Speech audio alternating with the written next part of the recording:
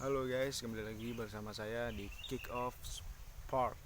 Ciao. Oke, kali ini kita akan membahas pertandingan yang menarik ya, yang mana kemarin tim e-sport kita ya, yang tak lain tak bukan Bigitron Esport by Vitality dan tim Onyx ya, Onyx Esport yang mulai berlaga di EWC di Paris.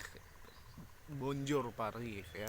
Di pertandingan pertama Onyx menang menggilas tim dari mana itu? Dari India kan pokoknya ya adalah tim Kroco lah ya. Menang lawan 2-0 ya. Game pertama Kairi menggunakan Hirara ya. Um, hero yang sakit, hero yang gila ya. Yang hero baru ya, biasanya akan di nerf lagi oleh Muntun ya. Dan ya Hirara ini membuat meta sekarang itu assassin kembali hidup ya, dan ini sangat sesuai dan sangat cocok untuk tim-tim Indonesia yang agresif ya teman-teman. Jadi kita harapkan tim-tim seperti Onyx ini dan Bigetron bisa meraih hasil yang maksimal di kompetisi kali ini teman-teman ya. Di pertandingan pertama Onyx melawan tim apa ya, lupa saya, pokoknya adalah tim dari antah berantah gitu, yang membuat Onyx melaju dengan sangat mulus ya, dengan skor 2-0 ya. Dan di pertandingan itu kita bisa melihat Onyx ya, walaupun dia dikatakan King of King ya, tapi menurut saya mereka itu sangat apa ya, star syndrome ya. Ya, seperti pemain seperti Kairi, seperti siapa lagi, Keyboy, Kelra, siapa lagi, Sans ya. Menurut saya mereka itu kurangnya hanya satu ya, star syndrome ya, karena mereka itu udah berapa tahun, 3 tahun ya, 2 tahun nggak juara internasional lagi. Sedangkan di tahun 2023 ketika mereka juara MSC di Kamboja kalau nggak salah lawan tim Eko, itu mereka bisa juara karena mereka itu belum start syndrome ya, karena mereka itu niatnya ya emang juara kompetisi. Nah sekarang ini konteksnya udah beda guys ya, mereka bermain di kompetisi ini bukan untuk juara, tapi cuma untuk engagement, untuk menarik perhatian doang ya. Ya, mereka hanya ingin terlihat keren. Contohnya siapa? Kyrie ya kan. Kyrie itu mainnya apa ya? Dia tuh nggak pengen kelihatan noob ya. Dia nggak berani untuk buka buka fight dan lain sebagainya. Beda dengan Kyrie yang dulu ya. Sekarang dia tuh uh, kalau timnya kalah dia nggak bisa disalahin karena ya mati gua paling sedikit. Nah itu contohnya. Karena kalau kita lihat permainan Kyrie ini sangat hati-hati ya, ya hati-hati juga masalah, tapi di setiap game saya lihat dia itu semakin apa ya, semakin agresivitasnya itu semakin berkurang. Nah ini yang saya takutkan ya, bagaimana dia lawan tank jungle, kalau lawan siapa, Kartizi atau lawan apa namanya, KLTZ, itu akan sangat susah ya. Contohnya apa? Contohnya ketika AE lawan Aurora di M7 kemarin ya, Yazuke itu kurang bisa perform karena dia juga hati-hati, sangat hati-hati, terlalu hati-hati menurut saya. Jadi agresivitasnya itu dibatasin, dikurangin. Nah itu menurut saya salah, karena kalau kita agresif, lawan belum siap untuk untuk fight. Nah sedangkan kalau kita hati-hati, terlalu hati-hati, itu lawan bisa mendikte kita ya. Nah ini yang saya harapkan, semoga Kyrie bisa berubah ya, dia harus agresif seperti zaman ketika dia di Onyx PH, di M4. Karena kalau kita melihat dia seperti sekarang ini sangat amat berbahaya bagi Onyx itu sendiri. Terus kemudian di game kedua itu saya nggak lihat ya, karena match itu menurut saya kurang seru, jadi saya nggak lihat, dan pada akhirnya dia menang 2-0 ya.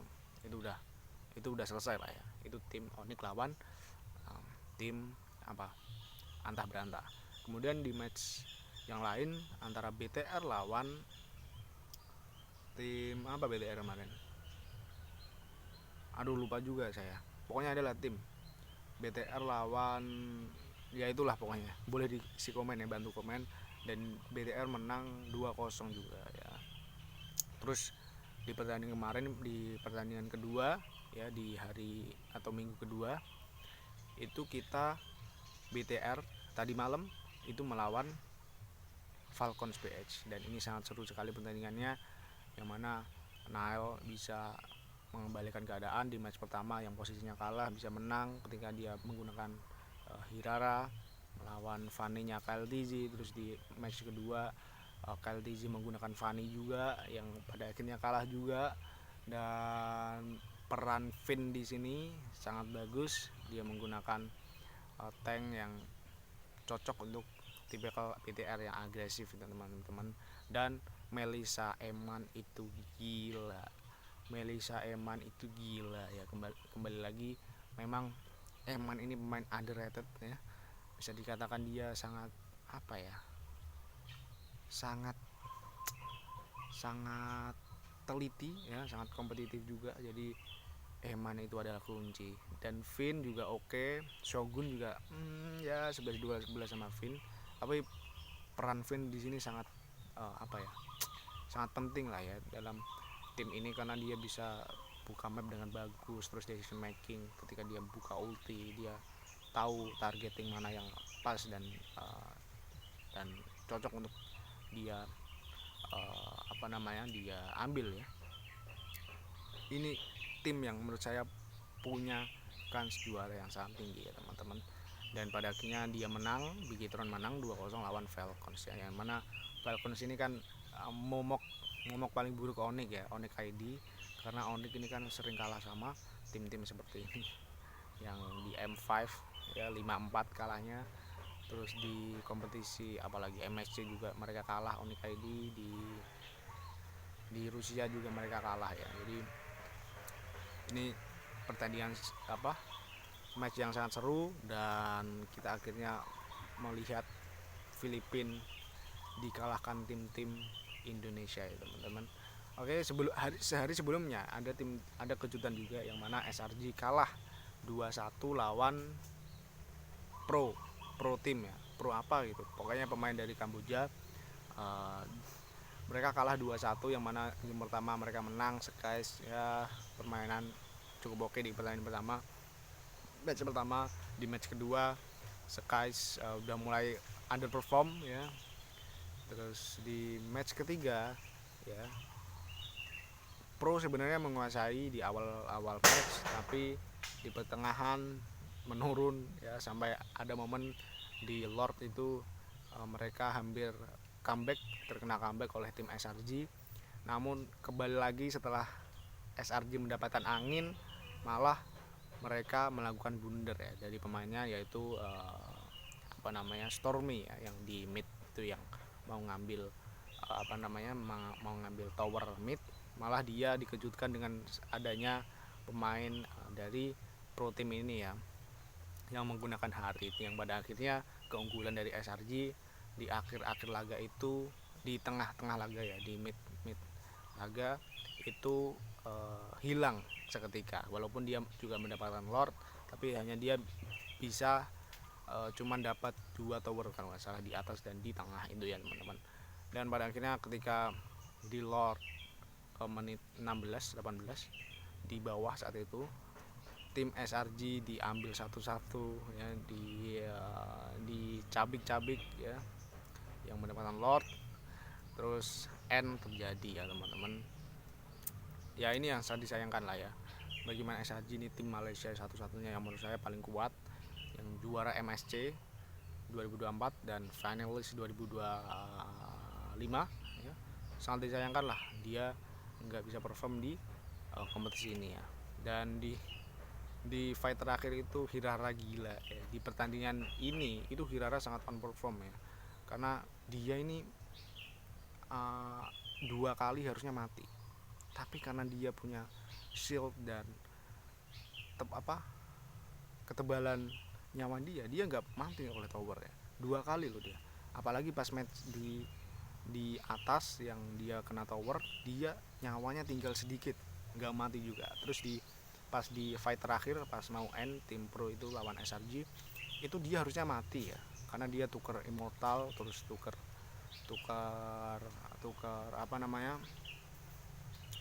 tuker immortal, dan dia sudah ditunggu oleh dua uh, damage dealer dari SRG, yaitu Link dari Skies dan Clean dari uh, dari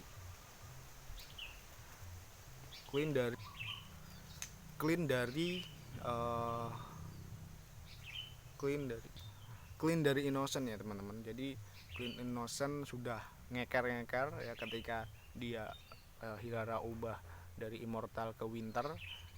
Clean Clean Innocent dan Link dari Skies ini udah nunggu gitu, udah siap-siap. Nah ketika Winternya udah spawn, udah habis ya, Hiraranya nih tiba-tiba maju ya, dan membuat Clean mati dan Skies sekarat ya. Ya walaupun pada akhirnya dia bisa dia mati dengan tower ya, tapi dengan dia menukar item itu, dia membeli waktu banyak untuk haritnya tim Bro ini, dan pada akhirnya uh, Link sekarat, Hirara mati, tapi Clean juga mati, Clean Innocent mati, terus Link sekarat itu diselesaikan oleh Harith dari tim Pro ini, dan match itu done, selesai ya. Jadi ya melihat bagaimana tim-tim besar pada runtuh semua. Itu match pertama kemarin.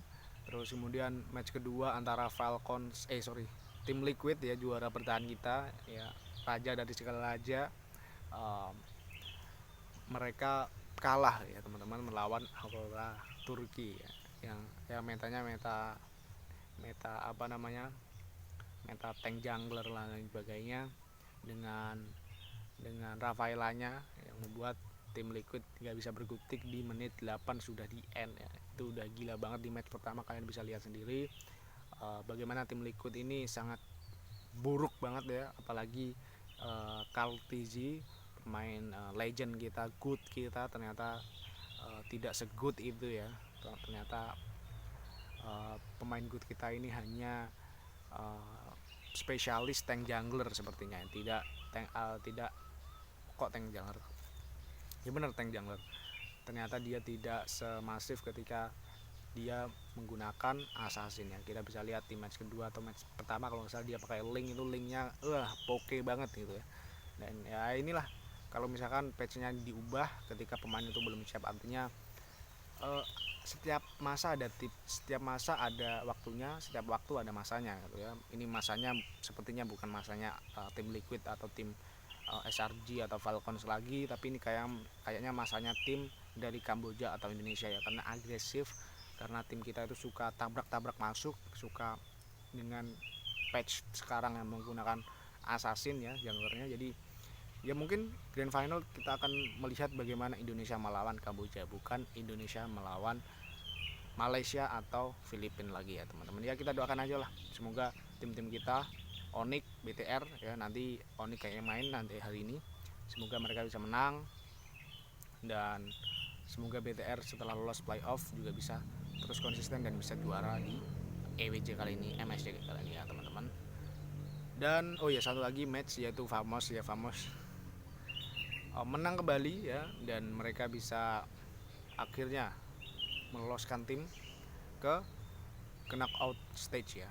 Jadi yang udah lolos itu knockout stage kemarin itu Famos dan BTR ya. Hari ini kemungkinan akan ada match antara Onyx ya dan Aurora PH, nanti ada kemungkinan mereka lolos gitu. Jadi dua tim sudah lolos, tinggal kita nunggu dua tim lagi yang mana yang akan lolos ke knockout stage lagi selanjutnya ya teman-teman. Ya kita doakanlah semoga Onyx bisa lolos. Oke. Dan ya itu aja sekilas singkat rangkuman dari kompetisi e-sport kita. Oh ya, sama PMPL ya. Kalau PMPL kemarin saya nonton AE BTR itu sangat kurang perform ya di hari kemarin Jumat ya.